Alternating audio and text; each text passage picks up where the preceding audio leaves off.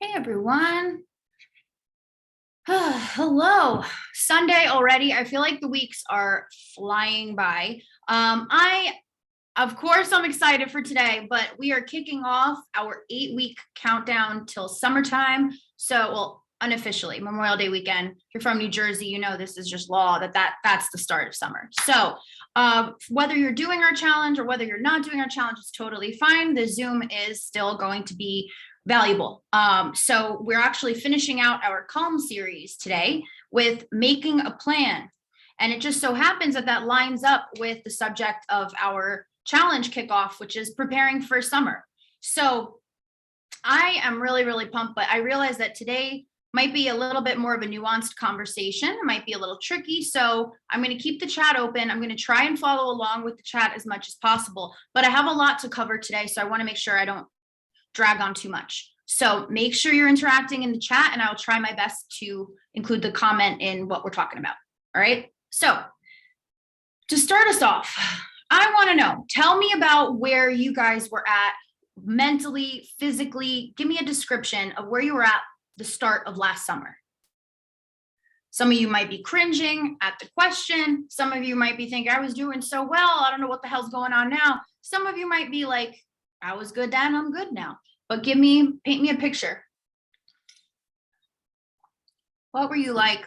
What were you feeling at the start of last summer? Let's see, happy and also depressed because of my divorce, too exhausted to care, still frustrated at stubborn weight retention and hating my body, felt like a busted can of biscuits. I was suffering UC symptoms, horribly and unemployed, manic. I had just fallen in love again after a traumatic breakup, solidly in the middle of inner child work.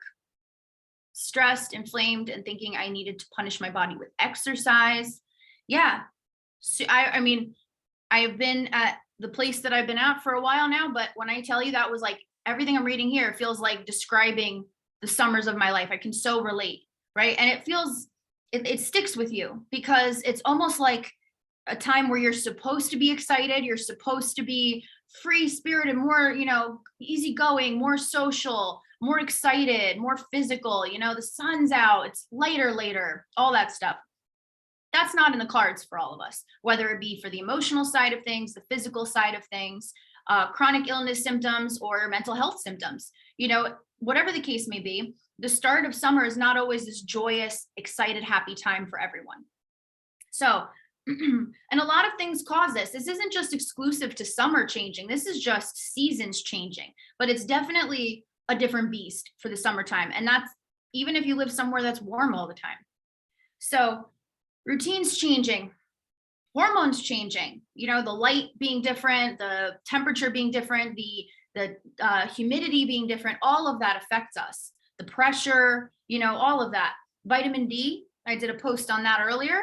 It's getting some mixed reviews on my Instagram right now. But anxiety changing. It's a whole different ballgame. And it doesn't have to be bad anxiety. It doesn't have to be negative, fearful, sad anxiety. It can be, I got so much shit to do anxiety. It can be, I'm a behind the 8 ball anxiety, but it's just more prevalent when it's the summertime. So I want you guys, as I was saying those topics, routines changing, hormones changing, vitamin D changing, anxiety changing. What do you guys historically see changes within you in the beginning of summer? Even if it's fleeting, even if it's not the way you feel the whole summer, just that beginning of summer feeling. What is that like to you guys typically, whether you felt well or not?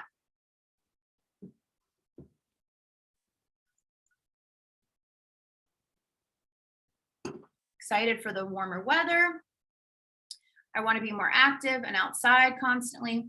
Social pressure to wear clothes that I don't think look good on me. Supposed to be about freedom and nature. Lack of routine can be hard. Absolutely. Especially for my teachers in here. Definitely anxiety increasing, but also the want to be outside and more distracted. Exhausted at the end of the school year, but excited to have the summer off. Supper off is good too. It's good to have supper off, but anxious because I feel like I should be doing fun things. Yeah, it's like we have this really high standard on ourselves for summertime because it's the one season that does that. Like we change into fall and winter and coziness is the name of the game. It's all about kind of hunkering down and getting really just comfy, gearing up for the holidays, stuff like that. It's colder out, it gets darker earlier. It's the complete opposite. I find that's why a lot of people like the fall, the winter. But for summer, some things I noticed in these categories: anxiety about bodies not being any different than last year, or at least not the body we wanted it to be for this year. How many times, at least for me growing up, oh my God, every year was like a next year when I have my dream body. A lot of you guys are beyond that point now, but summer kind of brings like a finality to it, like a damn, I missed my shot in a way. More justifying worth it moments. My least favorite thing in what I do is ever to tell somebody that they should not eat something. I don't think that there's a place for it. I try to avoid it as much as possible. When it comes down to a habit that's affecting somebody's health and their hormones, it becomes my job to say something. And it is truly my least favorite thing that I have to do ever. Because personally, I don't give a shit. I think enjoy food, whatever you want, but I know the ramifications of that, right?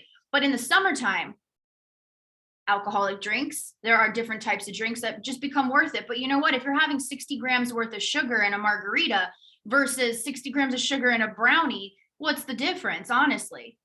At least with the brownie, you'll metabolize over the next 36 hours, but not so with alcohol. But we don't think about it that way. And we don't want to have like a bad time. I'm not telling you guys to have a dry summer. I'm just saying to take this into consideration that the opportunities arise where more of these worth it moments can unfold. A worth it moment doesn't have to be at the end of a long work week. We have them all the time. A worth it moment doesn't have to be, you can have a worth it moment that's hormone friendly, and it could be taking the edge off and enjoying just the same. But there's something about summer that makes it feel more permissible. It's just a different vibe. So it becomes harder to not be triggering and be all or nothing, but also manage the amount of worth it moments that are going to become detrimental to our health for different situations. More opportunities to self-loathe as you see other people having a comparable summer. So the way someone looks, the vacation someone's going on, the job they have that allows them to go travel around, their kids looking like they're having the best summer of their fucking lives for some reason. Like all of this stuff just becomes so much easier, right? To just compare. What's my summer like? What's my job like? What's my body like? What's my vacation like? There's a lot. And now everything you see online is fake, right? That friend who has that wonderful vacation probably fought with her husband the whole time. So we don't know, right? No one knows. But how about this one? Wanting to both hide and, not to be cheesy because it's the come alive challenge, but wanting to hide, but also come alive during the summertime. That feeling of like guilt if you're just at home and it's a beautiful day out and you're just sitting down watching TV like you would be if it was January. And then also that feeling of like, I don't want anybody to look at me. I don't want any social pressure. I just kind of want to be left alone at the same time. I hated that. Like that was the worst because I felt like I couldn't ever just be. Like I couldn't sit still, but I actually had to sit still because I was beat. So it was really more of a mind F than anything. So I'm trying to watch my language on these Zooms. But how about socializing? The timing of it, the spontaneity of it. If you're somebody who does not like spontaneous plans, but you also have FOMO, where you're like, I don't want to miss out on things, but I also don't like last minute plans being thrown at me. I get it. I got OCD and anxiety. I hate last minute things, but I also suck at keeping plans. It's weird. So, but in the summer, that's like, on steroids, that problem.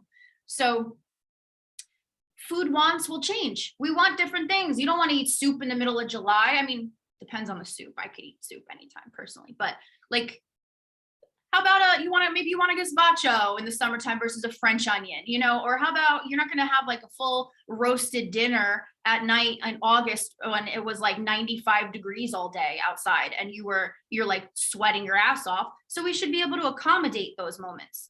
Things change in such subtle and such big ways that it's not about worrying if we have to stay the same. That's how we fall off. That's how we fail. So how do we fix this? We make a plan, but a little bit different.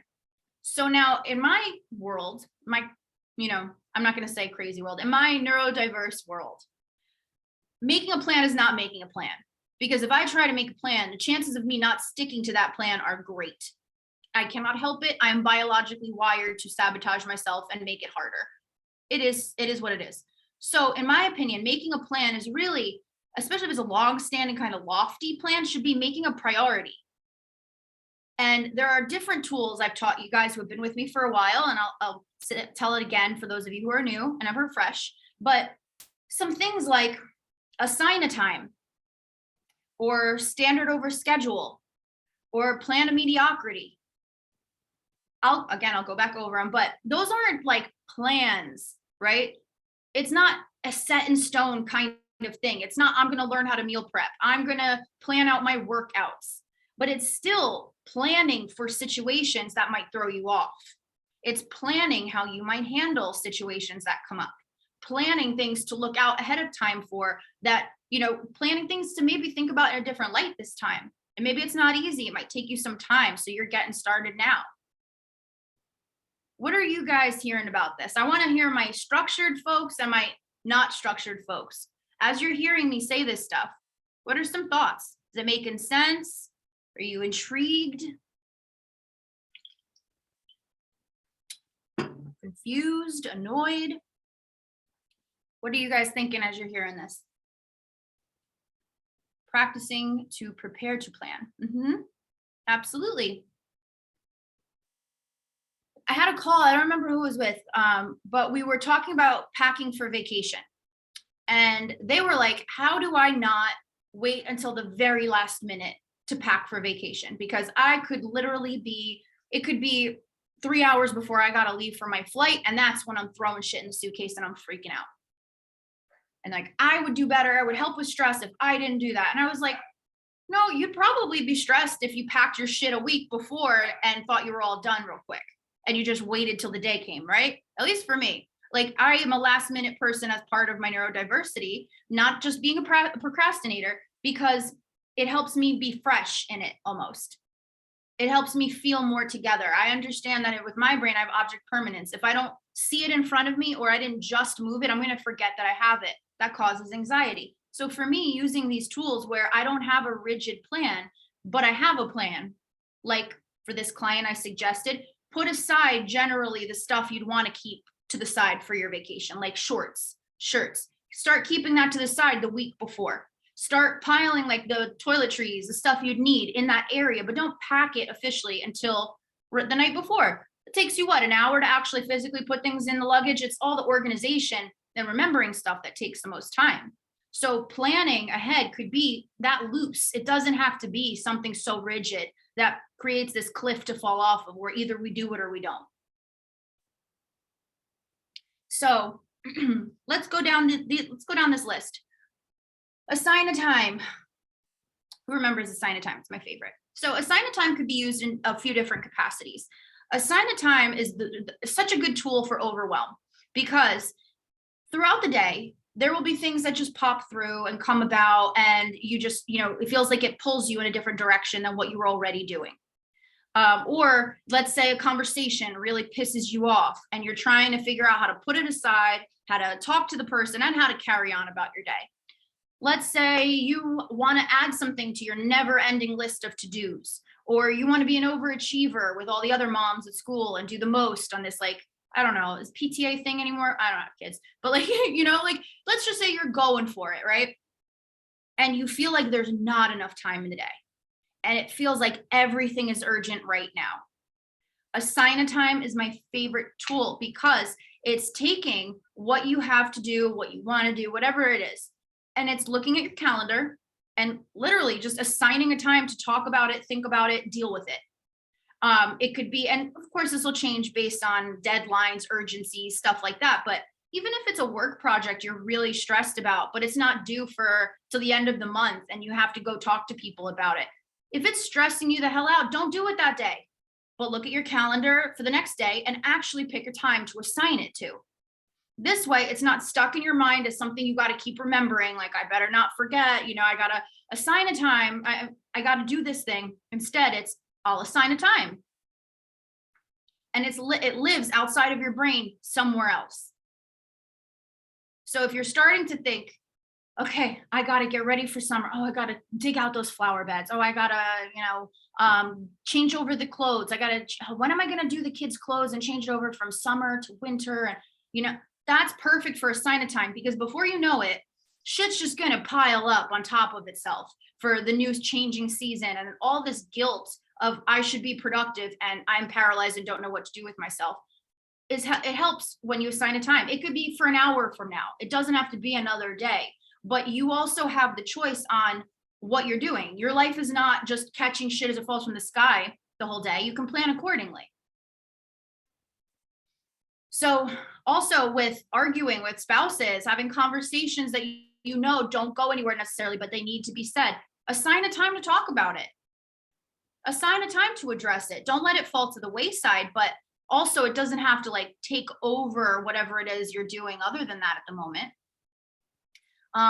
Another way to use it. Oh my God, my favorite recently. So as I was doing the epoxy table, we were pouring out the epoxy, all of the drippings that landed on the floor, they looked really cool. A couple of you guys heard this story this week, but they looked really cool. So my gut reaction as a hoarder who has OCD was to tell Nick to save it. Save the drippings of the epoxy resin. I'm going to make them into a craft. I don't know. I mean, could I have figured it out if I was like on a freaking game show or something? Sure, I would have figured it out. But like, why? Why did I have to take that on? And also like find a way to make this trash look decorative, It wasn't for environmental reasons. It was just because that's part of my OCD. So I know myself by now, and Nick is great. So he left the box there of the scraps that have absolutely no purpose. About a week later, we have like tripped over this box basically. And he's like, are we going to throw this out? And I'm like, I want to make a craft. Let me think of a time I want to do it. And that's my favorite thing, because the minute that I have to go assign a time and put it in my calendar is the minute I see I don't want to make time to do that. I got a lot of shit to do. Like, I don't need to be making trash garlands in my spare time. What's spare time? My spare time, I want to be doing things that are like fun. And yeah, that could be fun, but it would become an assignment because it's been waiting for me. It's just not going to happen. The minute I went to assign a time to it, it became a tangible thing. And I was like, I would rather not have the clutter. So assign a time. It's really, really valuable, especially if you're someone who feels like different urgencies pull at you frequently throughout the day.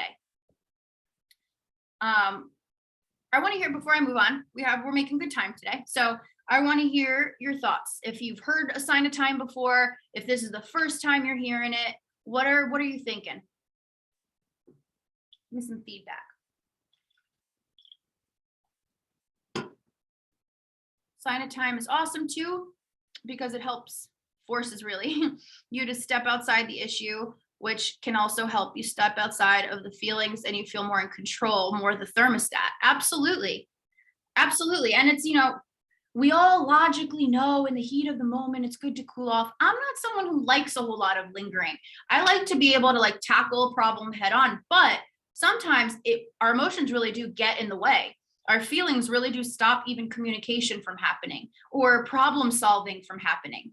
If it's a moment that we're deeply triggered by it, we got to deal with that before we can even be proactive, So being able to have that time dedicated to address it specifically, you're showing up prepared to tackle it in that time specifically.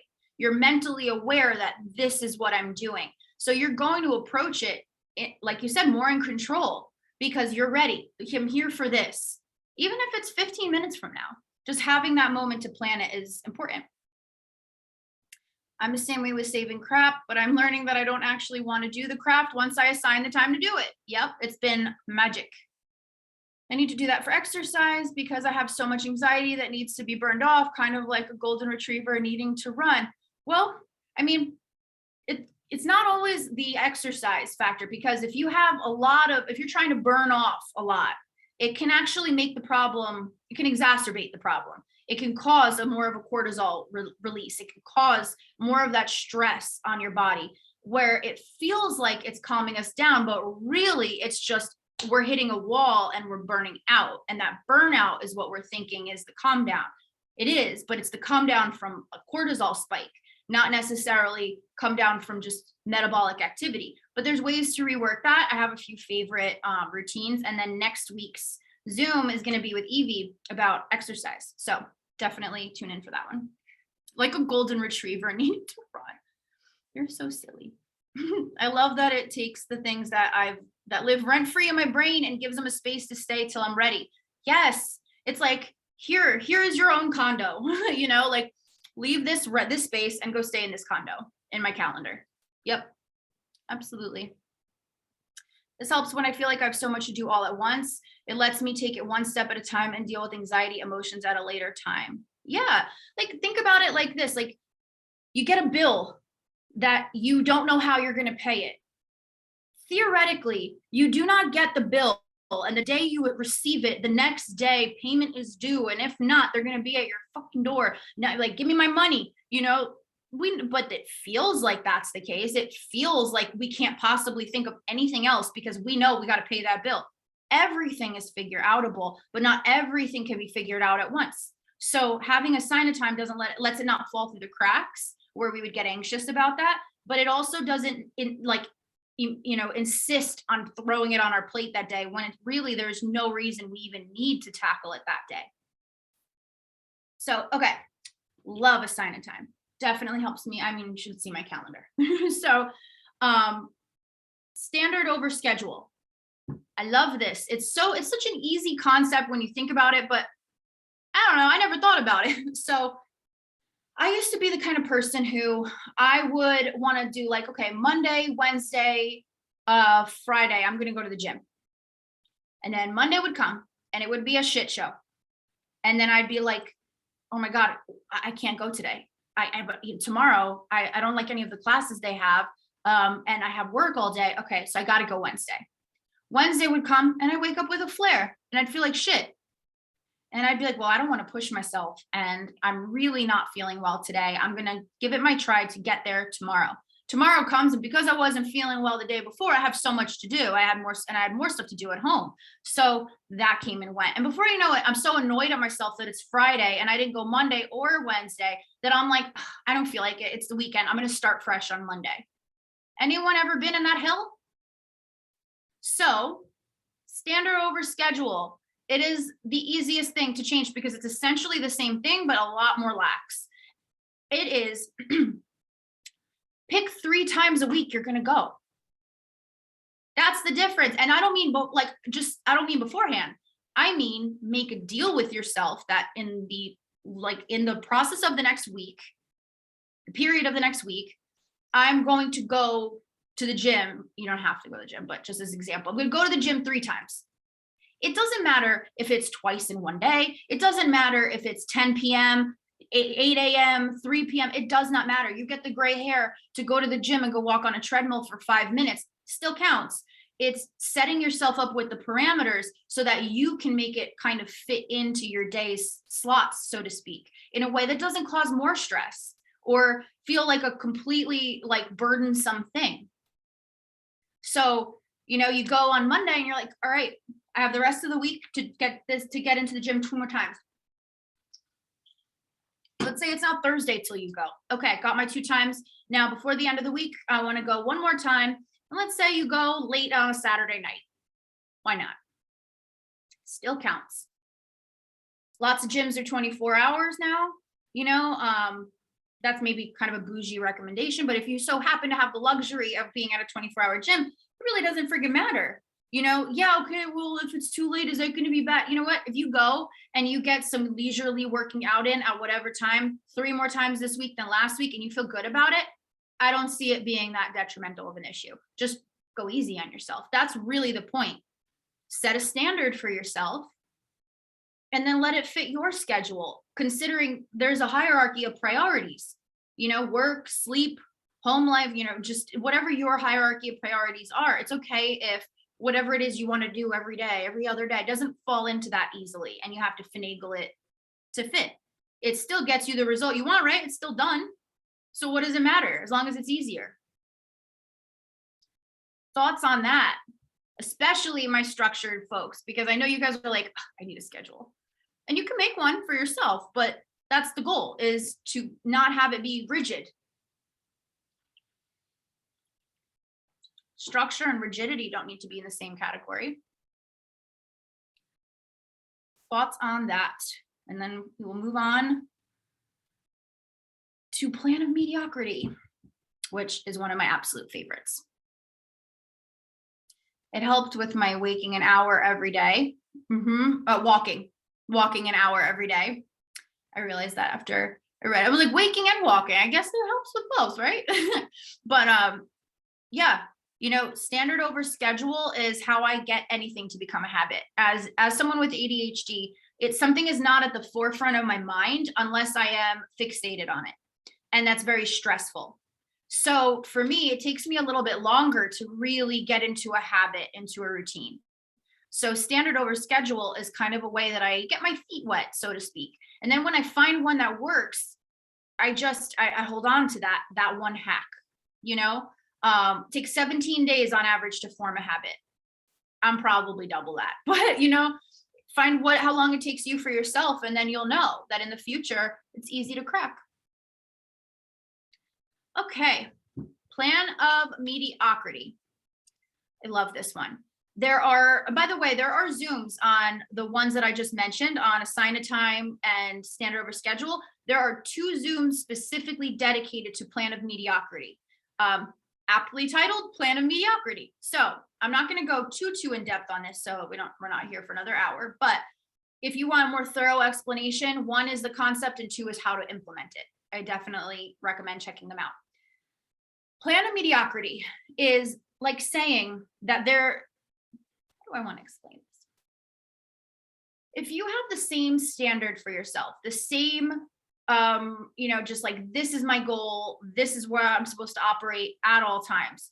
And it's rigid again, like that, despite the changing seasons, despite your job changing, your routine changing, your, attitude changing, mind changing, whatever it is. When there's that kind of rigidity to it, there is a lot of room for us to become disappointed in ourselves. And nobody ever does good things for themselves when they're disappointed in themselves. That's not a way for us to be like, oh, shucks, I'm going to try harder. That is optimism. It's different. But when we're like really down on ourselves for not having that same level of performance at all times, despite the things happening around us, we are really the only ones that are making our lives harder. So, plan of mediocrity is, I want you guys to think of, what are my absolute basics that I need to do? Like, let's say this is my bare minimum in order to keep my job, keep my house from burning down, keep my family, like whatever it is, like my bare minimum. Let's say you were like recovering from a major procedure and absolutely no one expected anything from you. This would be your bare minimum. Okay. And the reason that you should know what that is not because you'll always have to use it, is because there will be days you'll have to use it. And there will be days that you'll have to use some of it. And at the end of the day, having that as a reminder to say, I can have a different standard for how I want to perform during different situations. You're always in control of how you're performing. So if you're having a flare and your body is screaming at you and you cannot move, you can't do any more than just getting to work and sitting your ass at your desk, barely getting through your work foggy, and then getting home, sitting on the couch before you go to bed. And it's one of those days. We've all had them. We're all going to have them again at some point. It is what it is, right? When that happens, if you are still having that expectation of, I got to get the dishes clean, I got to get the kids bathed, I got to get a load of laundry in, I got to get my job done, answer those emails, prep food for tomorrow, prep dinner tonight, clean up dinner. What? That's like a lot for a really good day, So don't expect that of yourself when, I don't know, maybe you got the sunburn of a lifetime this summer and you're trying to like chug along and like do your normal day's tasks because you're just mad at yourself and there's no reason. There's no reason. What's your bare minimum? It is okay. It does not mean you're going to become someone who only wants to do the bare minimum at all times. It means that because you're not someone who naturally wants to do the bare minimum, it's harder for you to do that when it's necessary. So planning ahead to know I have this plan of mediocrity. And when I hit that wall, I can take a day out of it. I could take a couple hours, whatever, because this is actually my bare minimum. It's a sort of freedom because you don't have to have an absolutely dreadful, difficult day. Even if you're flaring, like it's gonna have its own difficulties. We don't need to add on top of that because what, you got a stack of dirty dishes in the sink. It's no one's favorite to look at, but in the scheme of things, everyone will live and flourish despite it being there. So that plan of mediocrity is going to be different for all of us. Some of you guys, it might literally be to just like wake up, I don't know, eat, pee, poop, breathe, like it depends. Some of you might be get the kids to school. There's literally no one else who can do it. Some of you might be, whatever the case may be, really hone in on your own plan of mediocrity and then try to see how you can be forgiving to yourself on days where that's all you can do, or on days where you can go above and beyond because you're feeling good. We're going to have both. Thoughts on that? Because sometimes people can take that as like pessimistic, and sometimes people can take it as optimistic, where it's like some people are like, oh, that's a relief. And some people are like, well, that's sad. I don't want to have a plan of mediocrity, which is valid too.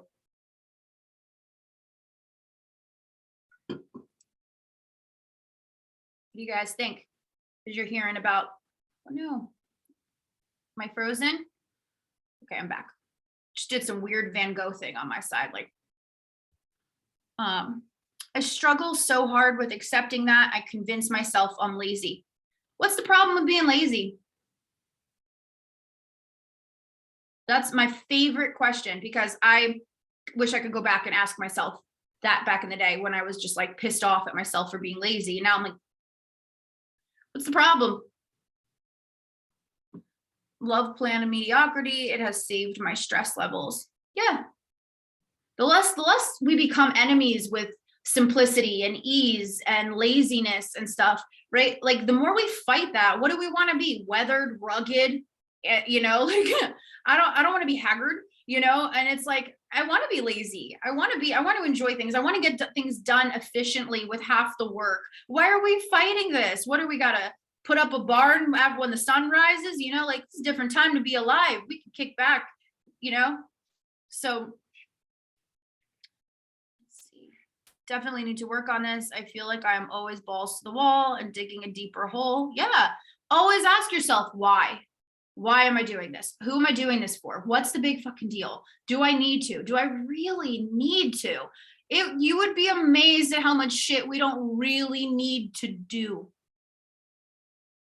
Now, I'm not saying throw caution to the wind and don't get your shit done, but I'm saying take this seed, let this grow. Tomorrow, as you go throughout your day, keep asking yourself, do I really need to do this? Do I need to do this?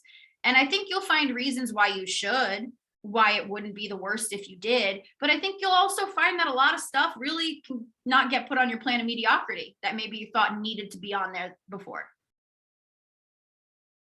I'm okay with being lazy when I want to be. I think it's more when I'm forced to be. Definitely a topic for my therapist. Oh, we talk about this a lot too. Definitely address it in therapy. But what you just described is the whole reason people come to see me, right? People don't come to me because they never tried anything, because I'm not a doctor, I'm not a shrink, I'm not a nutritionist, I'm not a dietitian. But the reason that there's relatability to the post a lot of times is because I have a sense of fuck it. Because life is short. Life is short, and there is absolutely no extra points in heaven because things are harder for you here. Like that doesn't, no one does any better in the grand scheme of things because they're choosing to walk up a hill with a backpack full of bricks on instead of being like, hey, I'm just not going to make my own life more brutal. And I get it. I was a backpack full of brickser for years, but really ultimately what it came down to is the mindset stuff, the hacks on how to actually make my life easier had to come before the mindset stuff with this. So figuring out my plan of mediocrity was more so a way for me to feel like I was actually doing something to help, so that I wasn't just without a plan when I wasn't feeling well. Because I think lazy and like useless, I think a lot of people think of lazy as useless, and those are two very different things.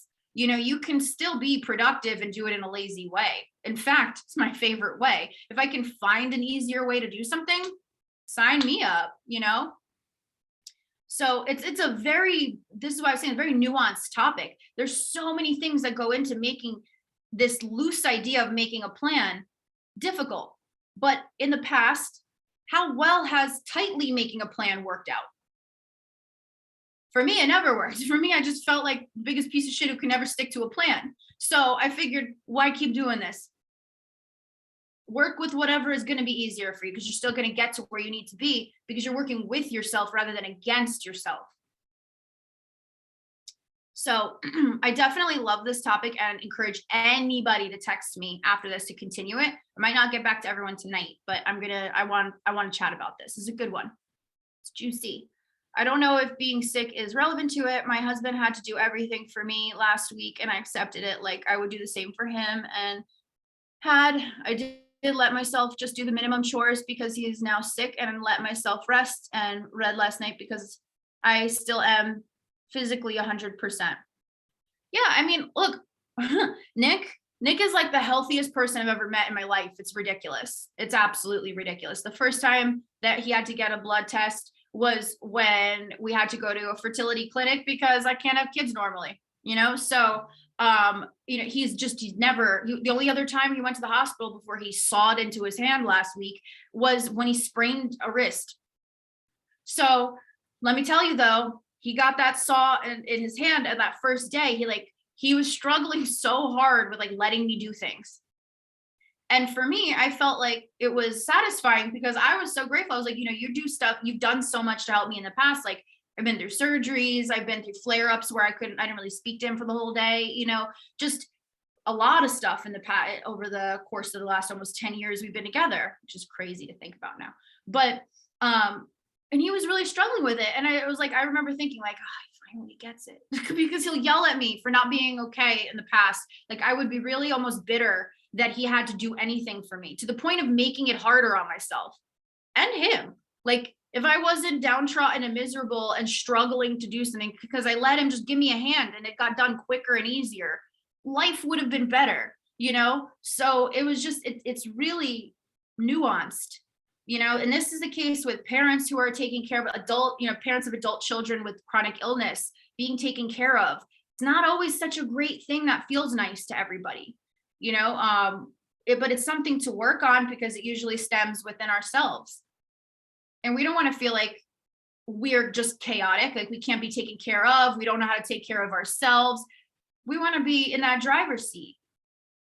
So I know that this might not have covered everything specifically. Like I said, all of the tools I mentioned have their own dedicated Zooms. I would definitely love to talk to you guys if you want to watch those and then text me your feedback. I'd love to discuss. But as the summer is approaching, I want you guys to think about it.